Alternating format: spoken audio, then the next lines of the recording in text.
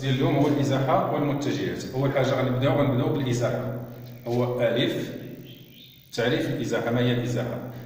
ا و ب نقطتان مختلفتان، و د الازاحه التي تحول ا الى ب. نسميها د لان باللغه الفرنسيه في غالب الاحيان كنرمزوا بالازاحه بالرمز د، لان باللغه الفرنسيه الازاحه هي لا ترانسلاسيون. اذا تناخذوا اول حرف هو د. اذا ا و ب نقطتان مختلفتان، و د الازاحه التي تحول ا الى ب. الازاحه ت ترتبط بمتجهه نرمز لها بالرمز ا ب. المتجهه ا ب محدده باتجاهها ومنحها وطولها. مثلا هنا رسمنا نقطه ا تنحولها الى ب، تنرمزوا لها فوق منها ماذا؟ المتجهه ا ب. هذا مسمى المتجهه ا ب. كنوضعوا نقطتين ا و ب ونضع فوقها سهم. هذه المتجهه ا ب عندها اتجاه وعندها المنحى وعندها طول. اتجاه المتجهه ا ب هو المستقيم ا ب، والمستقيم ا ب كله. المستقيم ا ب يسمى اتجاه المتجهه ا ب. منحى المتجهه ا ب هو من ا نحو ب، لذلك نضع السهم من ا نحو ب. المتجهه ا ب وضعنا فوقنا، يعني المنحى ديالها من ا نحو ب.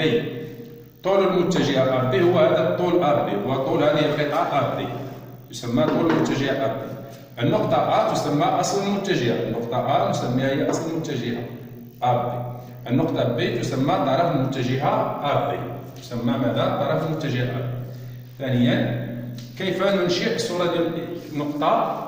كيفية إنشاء صورة نقطتين بإزاحة D. قاعدة: لدينا A و B نقطتان مختلفتان معلومتان. M نقطة من المستوى. نقول أن M' هي صورة M بالإزاحة T التي تحول A إلى ب إذا كان ماذا؟ إذا كان للمستقيمين M' و A B نفس الاتجاه. نفس ماذا؟ الاتجاه. تنقول نفس الاتجاه يعني يكون المستقيمان متوازيين. المنحى من M نحو M' يكون هو المنحى من A نحو B. المسافتان M' و A B متساويتان. A B تساوي M'. في الحالة كيفاش غنشئوها؟ كاين جوج ديال الحالات. كاين الحالة الأولى أن ناخذ النقطة M لا تنتمي إلى المستقيم A B، لنرسم M' صورة M بالإزاحة T التي تحول A إلى B. خديت هنا واحد المتجهة A B وخديت نقطة M من المستوى. إذا كيفية رسم M' خاصني نرسم واحد متوازي الأضلاع. ترسم ماذا؟ متوازي الأضلاع، بحيث يكون عندك هنا في هذه الحالة غيكون عندك المستقيم A B طبعا لأن M' هي صورة M بالإزاحة T التي تحول A إلى B. قلنا غيكون عندي المستقيم A B و M' نفس الاتجاه، يعني معناهم مستقيمان متوازيان ويكون عندهم نفس الطول، يعني A B غتكون تساوي المسافة A B تساوي المسافة M'. والمنحى من A نحو B غيكون هو المنحى من M نحو M'. إذا هنا غيكون عندي هذا الرباعي A B M' متوازي الأضلاع، بما أن M لا تنتمي إلى B. في هذه الحالة الرباعي A B M' متوازي الأضلاع. عندي الحالة الثانية اللي غتكون فيها النقطة M تنتمي إلى المستقيم A B. في هذه الحالة غيكون عندي المستقيمان A B و M' مستقيمين منطبقين.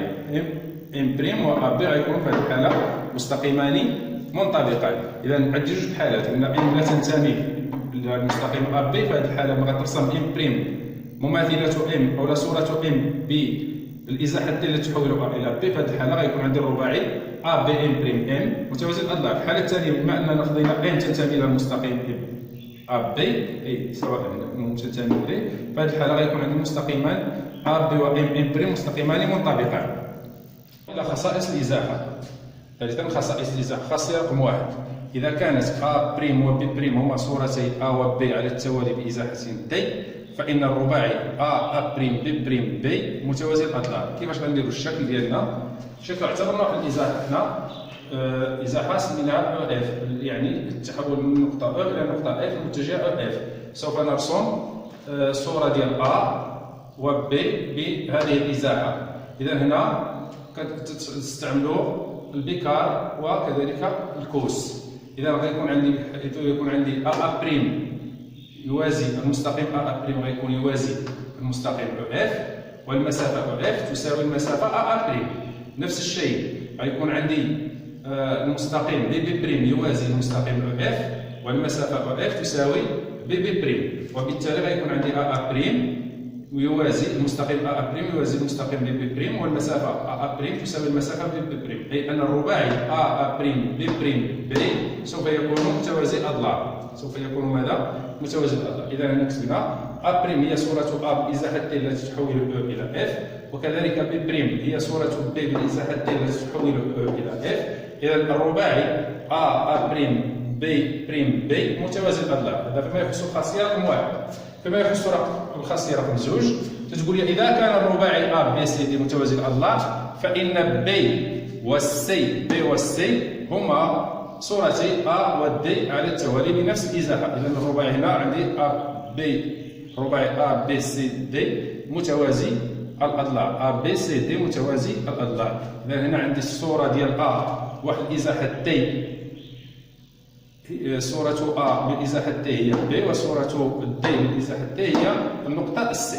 واحد المثال خديناه هنا، المثال ديالنا هنا أنشئ أ بريم بي بريم سي بريم صورة المثلث أ بي سي بالإزاحة تي التي تحول n إلى n. خدينا واحد الإزاحة هنا بحيث n تتحول إلى n، إذا سمينا هنا المتجهة سميناها n. إذا خدينا أيضا مثلث أ بي سي كما تشاهدون هنا. إذا كيف نرسم الصور ديال النقطة أ، صور النقطة أ و بي و سي؟